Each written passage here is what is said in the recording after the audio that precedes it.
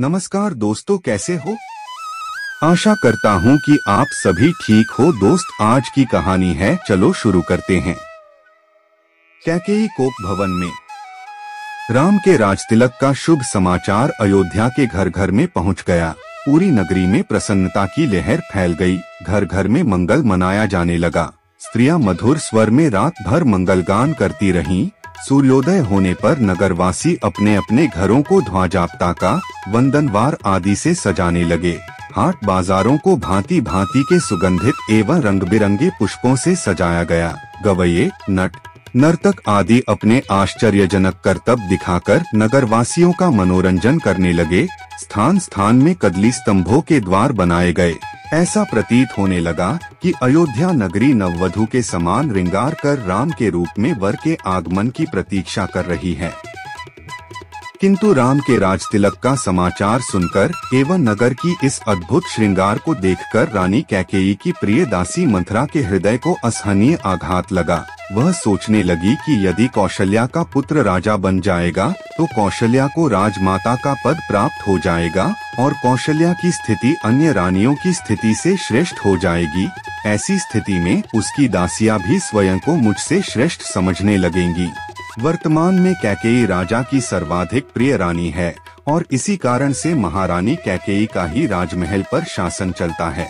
कैकेयी की दासी होने का श्रेय प्राप्त होने के कारण राजप्रासाद की अन्य दासियां मेरा सम्मान करती हैं। यदि कौशल्या राजमाता बन जाएगी तो मेरा यह स्थान मुझसे छिन जाएगा। मैं यह सब कुछ सहन नहीं कर सकती। आखिर इस विषय में अवश्य ही मुझे कुछ करना चाहिए। ऐसा विचार करके मंथरा ने अपने प्रासाद में लेटी हुई कैकेयी के पास जाकर कहा, महारानी, आप सो रही हैं? यह समय क्या सोने का है? क्या आपको पता है कि कल राम का युवराज के रूप में अभिषेक होने वाला है? मंथरा के मुख से राम के राजतिलक का समाचार सुनकर कैकेयी को अत्यंत प्रसन्नता हुई। समाचार सुनाने की खुशी में कैकेयी ने मंथरा को पुरस्कार स्वरूप एक बहुमूल्य आभूषण दिया और कहा, मंथरे, तू अत्यंत प्रिय समाचार लेकर आई है। तू तो जानती ही है कि राम मुझे बहुत प्रिय है। इस समाचार को सुनाने के लिए तू यदि और भी जो कुछ मांगेगी तो मैं वह भी तुझे दूंगी। कैकेयी के वचनों को सुनकर मंथरा अत्यंत क्रोधित हो गई। उसका का तन बदन जल भुन गया। पुरस्कार में दिए गए आभूषण को फेंकते हुए वो बोली, महारानी, आप बहुत नासमझ हैं। स्मरण रखिए कि सौत का बेटा शत्रु के जैसा होता है। राम का अभिषेक होने पर कौशल्या को राजमाता का पद मिल जाएगा और आपकी पदवी उसकी दासी के जैसी हो जाएगी। आपका पुत्र भरत भी राम का दास हो जाएगा। भरत के दास हो जाने पर आपकी बहू को भी एक दासी की ही पदवी मिलेगी। यह सुनकर कैकेयी ने कहा, मंथरा राम महाराज के ज्येष्ठ पुत्र हैं और प्रजा में अत्यंत लोकप्रिय हैं। अपने सद्गुणों के कारण वे सभी भाइयों से श्रेष्ठ भी हैं। राम और भरत भी एक दूसरे को भिन्न नहीं मानते क्योंकि उनके बीच अत्यधिक प्रेम है।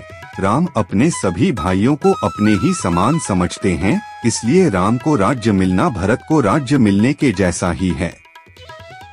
यह सब सुनकर मंथरा और भी दुखी हो गई। वह बोली, किंतु महारानी, आप यह नहीं समझ रही हैं कि राम के बाद राम के पुत्र को ही अयोध्या का राज सिंहासन प्राप्त होगा तथा भरत को राज परंपरा से अलग होना पड़ जाएगा। यह भी हो सकता है कि राज्य मिल जाने पर राम भरत को राज्य से निर्वासित कर दें या यमलोक ही भेज दें। अपने पुत्र के अनिष्ट की आशंका की बात सुनकर कैकेयी का हृदय विचलित हो उठा। उसने मंथरा से पूछा, ऐसी स्थिति में मुझे क्या करना चाहिए? मंथरा ने उत्तर दिया, आपको स्मरण होगा कि एक बार देवासुर संग्राम के समय महाराज दशरथ आपको साथ लेकर युद्ध में इंद्र की सहायता करने के लिए गए थे। उस युद्ध में असुरों के अस्त्र शस्त्रों से महाराज दशरथ का शरीर जर्जर हो गया था और वे मूर्छित हो गए थे। उस समय सारथी बनकर आपने उनकी रक्षा की थी। आपकी उस सेवा के बदले में उन्होंने आपको दो वरदान प्रदान किया था जिसे कि आपने आज तक नहीं मांगा है। अब आप एक वर से भरत का राज्याभिषेक और दूसरे वर से राम के लिए 14 वर्ष तक का वनवास मांगकर अपना मनोरथ सिद्ध कर लीजिए। शीघ्रातिशीघ्र आप मलिन वस्त्र धारण कर कोप भवन में चले जाइए। महाराज आपको बहुत अधिक चाहते हैं, इसलिए वे अवश्य ही आपको मनाने का प्रयत्न न करेंगे और आपके द्वारा मांगने पर उन दोनों वरों को देने के लिए तैयार हो जाएंगे। किंतु स्मरण रखें कि वर मांगने के पूर्व उनसे वचन अवश्य ले लें, जिससे कि वे उन वरदानों को देने के लिए बाध्य हो जाएं। मंथरा के कथन के अनुसार कैकेयी कोप भवन में जाकर लेट गई। दोस्तों, अगर आपको ये कहानी अच्छी लगी तो हमारे चैनल को सब्सक्राइब करें और बेल आइकन भी दबा दें। धन्यवाद।